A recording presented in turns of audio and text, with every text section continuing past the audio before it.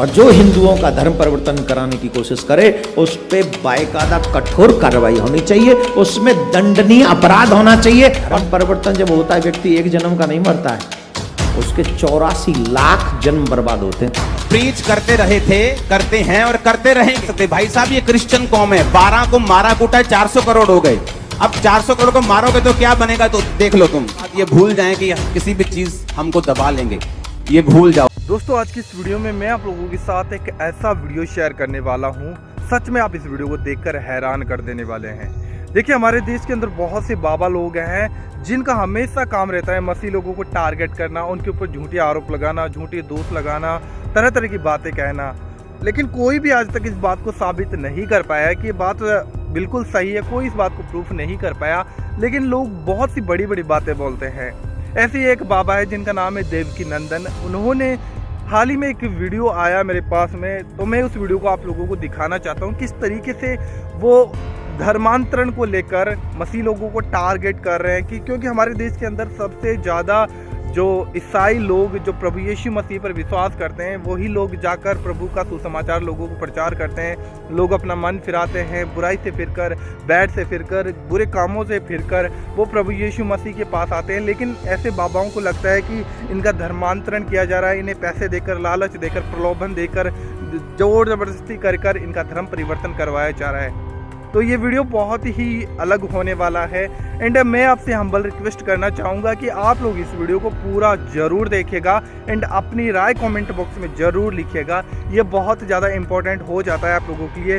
जब आप कमेंट करते हो तो हमें मोटिवेशन मिलता है और कहीं ना कहीं लोग पढ़ते हैं आपके कमेंट को तो उन्हें भी उत्साह मिलता है। तो आप ज़रूर कमेंट करा करिए एंड चैनल पर पहली बार पहुँचे हो तो ज़रूर आप लोग चैनल को सब्सक्राइब करके जाइए। एक आपका लाइक हमें बहुत मोटिवेट करता है, आप लाइक ज़रूर करिएगा। आइए पहले हम इस वीडियो को देखते हैं, फिर आगे हम बात करेंगे। कि हिंदू लोग समझ नहीं रहे कि हिंदुओं के अगेंस्ट कितना बड़ा षड्यंत्र हो रहा है। मैं देख रहा हूं कि मेरी आंखों के आगे मेरी सनातनी बहन बेटियां, उनको बरलाया जा रहा है, फुसलाया जा रहा है। इस देश की संस्कृति को नष्ट करने के लिए झूठी झूठी किताबें बनाई जा रही हैं। सनातन धर्म के गुरुओं को अब ऐसा किया जा रहा है जिससे वो प्रचार न कर सके। बच्चों को इस तरीके से बलगाया जा रहा है जिससे वो अपने धर्म में बिलीव न करें। सबसे ज्यादा जबरदस्ती की सेकुलरता हमारे भारतीयों में घुसेड़ी जा रही है। बहन बेटियों को हमारे यहां से भगाया जा रहा है, धर्म परिवर्तन जबरदस्ती कराया जा रहा है। और ये सब देखते हुए भी मैं चुप से कथा करूं? अरे अभी मैं कथा कर लूंगा, 15 साल बाद कहां करूंगा कथा? 20 साल बाद में कहां करूंगा कथा? आज बैठे हो, 20 साल बाद कोई बैठने देगा हमें? अगर आज नहीं जगे तो 20 साल बाद जग नहीं पाओगे, तुम्हें जगने नहीं दिया जाएगा। भ्रमित किया जा रहा है और हम लोग हैं कि अपने धर्म के प्रति उतनी हमारी जागरूकता नहीं। मैं आप सबसे आज मैं आपके माध्यम से प्रयागराज की धरती से एक प्रार्थना करता हूं, देश की सरकार से और प्रदेश की सरकार से। अरे जब चाहो वोट मांग लेना, दे देंगे, लेकिन एक कानून ऐसा बना दो कि सनातनी को कोई धर्म परिवर्तन नहीं करा सकता। जो हिंदुओं का धर्म परिवर्तन कराने की कोशिश करे उस पे बाकायदा कठोर कार्रवाई होनी चाहिए, उसमें दंडनीय अपराध होना चाहिए और 10 साल से नीचे सजा नहीं होनी चाहिए, जेल के। हम तो इतना कहेंगे और थोड़ा आगे बढ़ जाओ, आखिरी वाली सजा दे दो। क्यों? धर्म परिवर्तन करना मृत्यु से ज्यादा खतरनाक। दोस्तों आप लोगों ने अभी जो वीडियो देखा, आपने देख लिया होगा किस तरीके से देवकी नंदन इस बात को बोल रहे हैं कि जो देश के अंदर धर्मांतरण करने वाले हैं ऐसे लोगों को तो कहीं ना कहीं लास्ट सजा, मतलब बोल रहे हैं कि मौत की सजा देनी चाहिए। लेकिन मैं आपको ये बता देना चाहता हूँ कि प्रभु परमेश्वर जिससे मनुष्य को बनाया है, हमारा देश का संविधान भी हमें ये कहता है कि हम अपनी इच्छा से, स्वेच्छा से किसी धर्म में जा सकते हैं, हमें कोई जोर जबरदस्ती नहीं कर सकता। लेकिन जब बात आती है प्रभु यीशु मसीह की तो लोग अपना विश्वास प्रभु पे लगाते हैं, अपना मन परमेश्वर की ओर लगाते हैं, बुराई से फिरकर, बुरे कामों से फिरकर वो प्रभु यीशु मसीह के पास जाते हैं, ना कि वो अपना धर्म परिवर्तन करते। ऐसा कोई भी मुद्दा नहीं है धर्मांतरण का। और लोग यहाँ तक की बातें करते हैं कि पैसे देकर इनको बरगलाया जा रहा है, इन्हें जोर जबरदस्ती की जा रही है।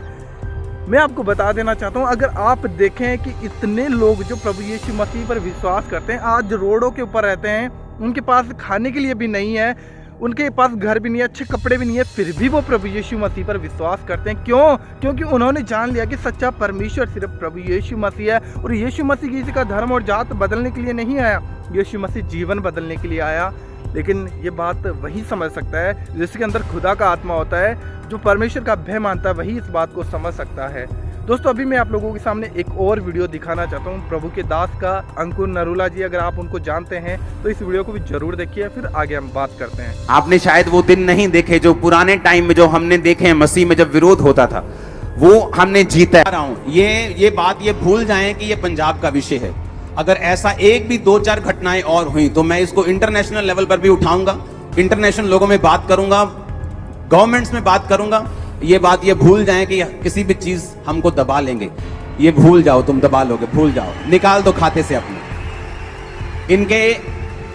उनको बोलो भूल जाओ। इनको इंटरनेशनल लेवल पे जब ये बातें होनी शुरू हुई तो किसी के पास उनके पास जवाब नहीं होगा जब वो जवाब मांगते हैं। तो मैं ये एक बात और बोलना चाहता हूं कि उनमें से भी बहुत से लोग हैं जो सियाने हैं, जो ये अपने प्लेटफॉर्म पे बोल चुके हैं कि अगर आपको भी अपने लोगों को अपने धर्म में रखना है तो आप भी जाइए, उनको प्रचार कीजिए, आप भी जाइए, उनको अपने धर्म की शिक्षा दीजिए। आप उनको मार कूट के अलग नहीं कर सकते। भाई साहब, ये क्रिश्चियन कौम है, 12 को मारा कूटा 400 करोड़ हो गए। अब 400 करोड़ को मारोगे तो क्या बनेगा, तो देख लो तुम। ये क्रिश्चियन कौम माफ करने वाली कौम है, लेकिन डरने वाली कौम नहीं है। माफ करने वाले हैं हम, माफ कर देंगे जिसने मारा, लेकिन डरने वाले नहीं है। प्रीच सुनो, प्रीच करते रहे थे, करते हैं और करते रहे, कारण बातें नहीं करनी। उसने कहा ये कैसे हो सकता है कि जो कुछ परमेश्वर मुझसे कहता है वो मैं ना कहूं और इंसान की बात को सुनूं। जितने भक्ति के साथ जीवन बिताना चाहेंगे वो सब क्या किए जाएंगे? ऊंची आवाज में बोलो। ओवरफ्लो में भी आवाज आनी चाहिए, ओवरफ्लो से भी क्या किए जाएंगे? जितने भक्ति के साथ बाइबल कहती जीवन बिताना चाहेंगे वो सब सताए जाएंगे।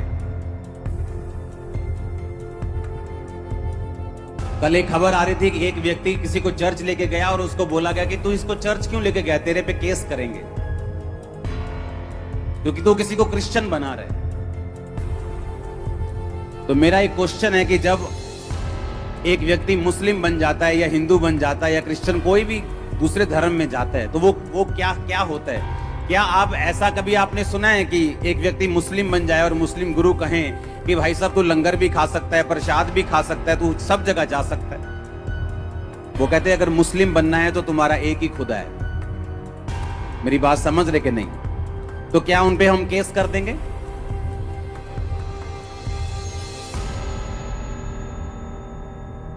जब हम एक परमेश्वर को मानते हैं तो हमें उसी को मानना है। हमारा एक ही परमेश्वर है, एक ही पिता है, दैट्स इट। और अगर कोई किसी को बता रहा है तो क्या उस पे केस कर दोगे तुम? पंजाब में 90% पास्टर्स के पास अपनी जगह के लिए पैसे नहीं है और वो लोग कह रहे हैं कि धर्म परिवर्तन जो है वो पैसे देके किया जा रहा है। अगर पैसे होते पास्टर्स के पास तो पहले वो जगह ना खरीदते जो हर 2 साल बाद उन्हें जगह चेंज करनी पड़ रही।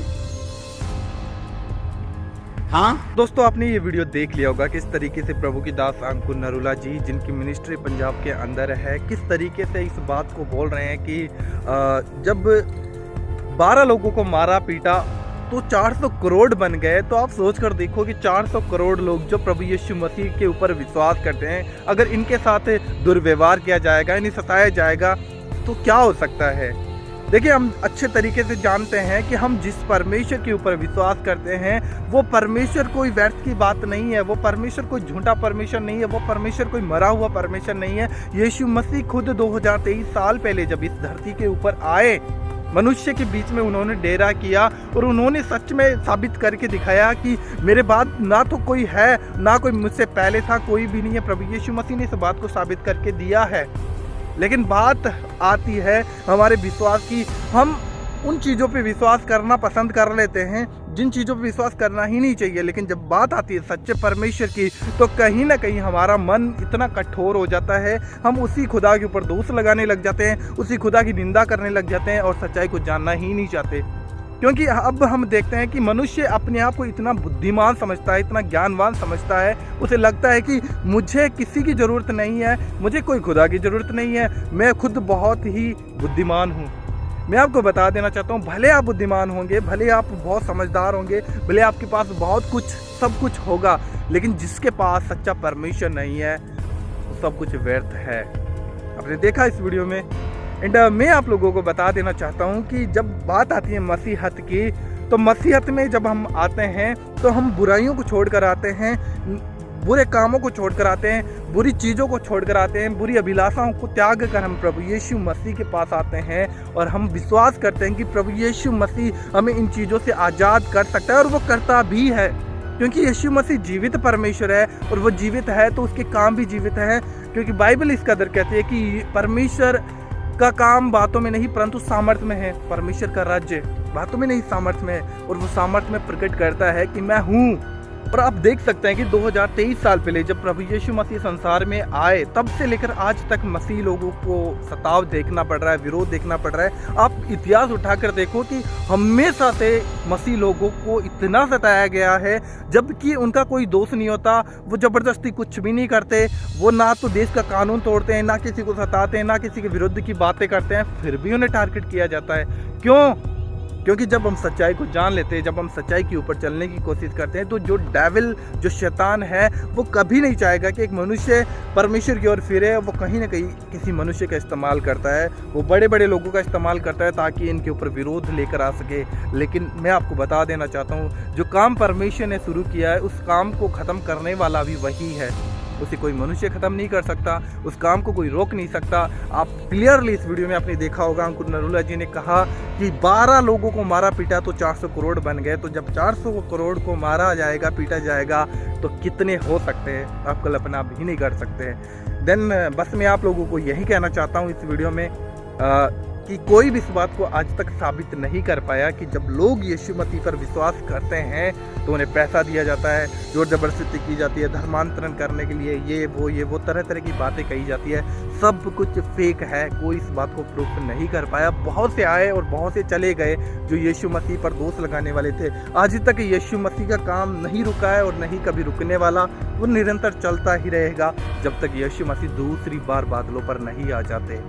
तो जरूर आप लोग इस वीडियो को शेयर करिएगा। अगर आप लोगों को ये वीडियो अच्छा लगा तो हमारे चैनल पे पहली बार आए हो तो चैनल को सब्सक्राइब करके जाइएगा, एंड अपनी राय कमेंट बॉक्स में जरूर लिखिएगा। मिलते हैं किसी और वीडियो में, तब तक के लिए प्रभु आप सभी को बहुत आशीष दे, प्रभु आपको आशीष दे। जय मसीह की, गॉड ब्लेस यू।